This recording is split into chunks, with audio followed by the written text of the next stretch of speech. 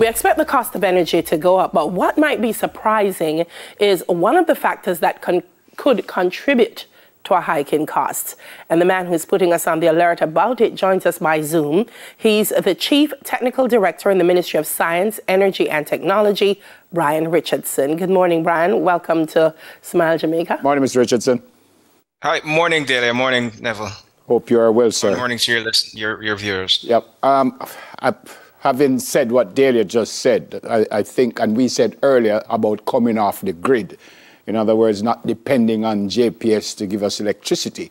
So it sounds like it's a good thing for homeowners and businesses. If it is so and you agree, then why would costs go up?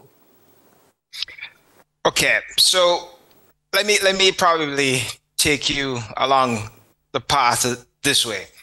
The grid is here for everyone's benefit. It's a communal benefit. We all contribute to the fixed capital costs for the generation plants, the ones that provide electricity, the distribution lines, the transmission lines. Those are the transmission lines are the big long lines that used to have those red balls on it. And then the lines that come into your homes. Now, how a utility functions normally is that fixed cost, is broken down across all of its ratepayers, so all of its customers. And we pay a portion of that. So it's a little bit cheaper for everyone. So imagine now that, you lose, say, and this is an example, 50% of those customers. That fixed cost has to be redistributed to those who remain on the grid. And what then happens is those that remain on the grid usually are renters, persons who are pensioners on fixed incomes, or just can't afford to go to a solution such as putting solar and batteries, or as the term is utility in a box solution. Wow. So I'm a layman. I'm thinking to myself, then why, or is it possible for whoever is responsible for the grid to upgrade it or to do something that will not make it as expensive to maintain? Right. So there certainly is, but it requires changes to the way we do things currently. And that is going to take some time. What we're seeing is that we need to start revising how we look at the grid and how we get value from the grid. And so the changes are enormous, if I put it bluntly, because it's not just saying, okay, it's a matter of stopping persons from coming off the grid, which we're not trying to do. We have to find a way of making distributed energy, which is the solar that persons put on their roof and it's connected to the grid, trying to find a way to make it a part of the system that provides energy to everyone. And that's working with the regulators, and that's working with the utility company as well.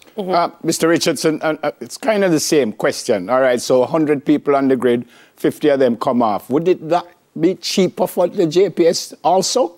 Because would they not have costs or less cost because they're not providing stuff for the 100 people? Certainly it would if they were starting right at that time the 50 came off. But remember, when they started, the grid, or when Jamaica had the grid would have been designed for a particular, that 100 demand. Okay. And so that fixed cost gets put into the ground. So the wind farms, the solar panels, the hydro, that gets put into the ground looking for that 100. Now, when you have that 50 coming off the grid, we still have the fixed cost for that 100. Okay. So I hope that gives you a little bit more understanding of. I understand exactly I understand exactly what you said. The other thing is, even if you come off the grid, and this might sound like a strange question, even if you come off the grid, are you not still on the grid? I mean, the cost, you're not going to be paying 10 million, but don't you still have to pay 10,000 or, I'm just using those numbers. Are you still not there? There is a requirement, I believe, and I could be wrong, that you have to stay connected to the grid. Right. Yes, but so if you design the grid, you design it for a particular demand. And that demand, what you call revenue decay, if that demand goes away, so if it's 100 kilowatts you designed it for, and no persons are still connected, but they're not using the 100, they're using maybe 2 or 3 because the rest is being provided by their solar system. the full cost of the grid isn't being paid for by that bill that you get at the end of the month. So someone still has to take up the slack. Okay. Yeah. Clarify for me, what are unbundled markets and bundled markets? Okay, so the quick and simple, the quick and easy one is this. A bundled market is what we have here now, where basically the utility has generation, the transmission, distribution, all in one. Here in Jamaica, though, we have the generation side broken out, meaning that you have IPPs, independent power producers. So it's more competitive. Now, a completely unbundled system is where you have very, different generators, not just the utility that you know. You have someone who owns a transmission line, not the utility that you know. Someone who owns the distribution lines, not the utility that you know. And then you have market, what they call retail players. These are the ones that walk around. They're middlemen, basically. They go to the supply guys and say, if you can give me this amount, I will be able to sell it to these customers. And then they go to the transmission guys and make a deal as well. And then they go to the end use customers, so the retail customers, and then try and say, look, you can get better rates if you go with us. And so you have the system broken into its unbundled state. So it's not just one package, it's broken into its separate pieces. And remember, each of those separate pieces, they have to make profits, et cetera, et cetera. You said earlier that you think that even if you come off the grid, you kind of have to stay on. But, and I'm asking just for an opinion here. Why?